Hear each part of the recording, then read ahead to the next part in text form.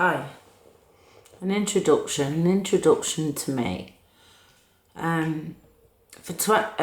me think. Since the age of 21, after the implementation of wine and what I believe to be LSD, given to me by a family member, and that's as far as I'm going to go, but I was actually assessed on my first hospitalisation and not the third, which is the legal requirement.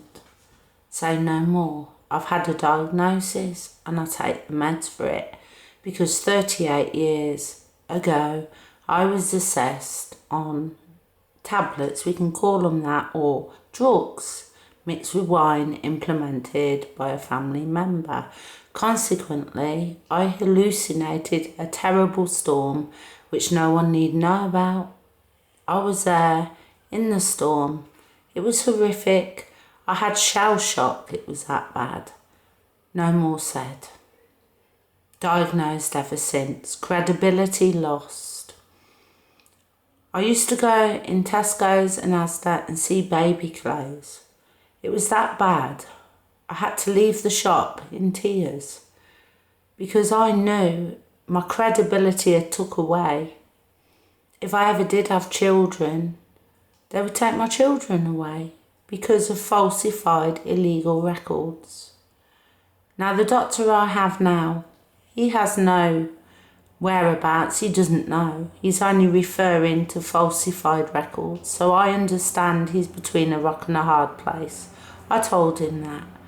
But despite however well I'm assessed and however well I pass my assessments with flying colours with the doctors, they refer to the falsified records. Catch-22. So really, I'm between a rock and a hard place. The doctor is in a position where he could reside it. They don't choose to. They'd rather look at false records, which I might add I paid for 3 times and still haven't obtained. But I'm trying again. So when I see all these mothers that really do not give a damn about their kids, it hurts, because it hurts me to know that I was denied that. I got sterilised knowing that they told me what I had was hereditary, which I found out not to be true, point 1. 2, because I had no credibility, because they took it away. How could I have children? They would have been given right over to the state. And the worst still, them children would have been high achievers and very special in a good way. Like myself, and I will say I'm proud of myself. Because I am a sufferer survivor. As the Buddhists describe mental illness, if you could call it that, or was it ripped away of credibility, was actually, I am a survivor of suffering. Suffering of being pinned by 9 people, hyperventilating why I was pinned, still hyperventilating for a good 20 minutes, being pinned, and yet they did not remove themselves. Worse still, I didn't encounter or deserve it through violence because I wasn't violent. Yes, as a care assistant, I told the nurses they were doing their jobs wrong, that they were around the middle table writing and eating like pigs at a trough. Yeah, I told them that, but it was a fact because we were all left to get on with it. Now, when I hear about people's Christmases and how glim or how unwonderful they were, do you know how many of us spend most our Christmases? We are summoned to the hospital. It's a bit odd that. It seems to always be at Christmas, when Christmas actually belongs to us, but we're summoned to hospital, where we get a tree. And our enclosure makes us that angry that the last time I was in the hospital at Christmas, I not only knocked the tree down and crushed it to the floor, another patient did. How can they treat us like this? They tried to train us like dogs. Do you know, a dog that's being trained, or you can train a dog to do whatever you want it to do. It doesn't mean to say it wants to. And the more you try and train the dog, the more confined and horrid it feels. Every command you give to a dog, like they have to just wish to your command, just makes the dog feel angry and frustrated with you. That's why I believe dogs should have the freedom to sit on the couch, to sleep on the bed. All accesses to the room. It's good enough for us, isn't it? When we go out for fresh air, shouldn't we be taking our dogs? Yeah, it's an evil world. And worse still, the doctors are treating us like we're some kind of vermin. We're given punishment drugs. Do we deserve it? No, we don't. If we don't comply like a trained dog and wag our tail when we're told and put our tail between our legs when we're told, we are given punishment drugs that give us anxiety attacks that much that we are killing ourselves. I've lost friends believing they had a condition causing anxiety attacks when really it was the very medications they were using.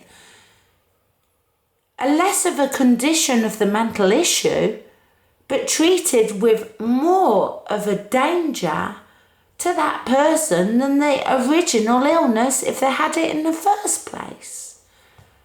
Oh dear God, I've been screaming from the rooftops for 38 years and nobody to help me.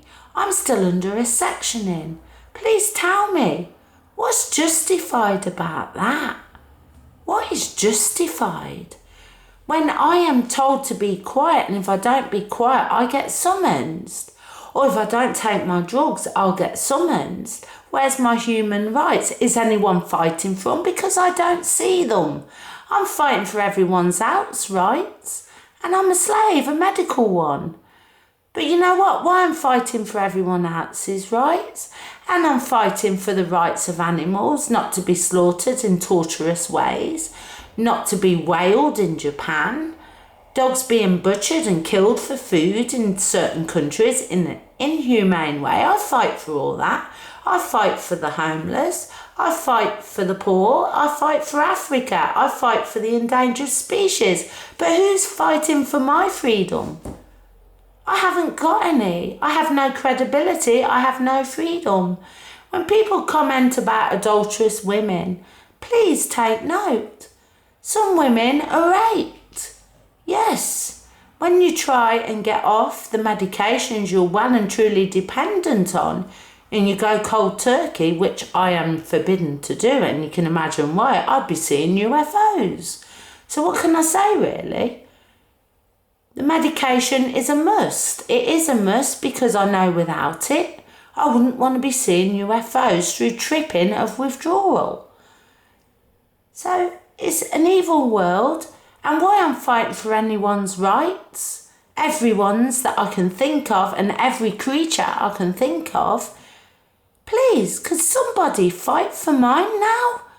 I'm under a sectioning after 38 years for wine and tablets and nobody wants to hear me. Is it because I'm from the mental health issue? I have 15 inner thigh bruisings on a body chart signed by a doctor, obtained in a hospital. Isn't it funny that that's gone missing off my documents? All the things that went for me to prove the malpractice. The inner thigh bruisings, nowhere else on my body but witnessed by my carer. And you know what? Documents go missing off your medical records. This needs an investigation. If anyone is serious and wants to investigate, you'll find me at the number of indigos @gmail.com. If anyone's serious about investigating this, then let me know. Why I'm caring for everybody else. I'm not angry, I'm not bitter. Because I haven't got time to feel sorry for myself. I'm too busy caring. That's what I do best. And sometimes I strike people down in flames with my tongue. But it's always and only always to get a good result from that person, whoever that might be. It's not to slate them out of horribleness. It's like a mother scolding a child, verbally saying, that is wrong, this is why that's wrong, think about what you've done, then we'll sit down together and have a cuddle. That's how much I care for people. I've put myself on an iconic position with a load of people on YouTube and Facebook or whoever you want to see them as, because I will scold them into action, because we've got one planet, one world, and we're just not doing the main commandment of God, is look after thy neighbour. First and foremost command, you can take all the biblical books out.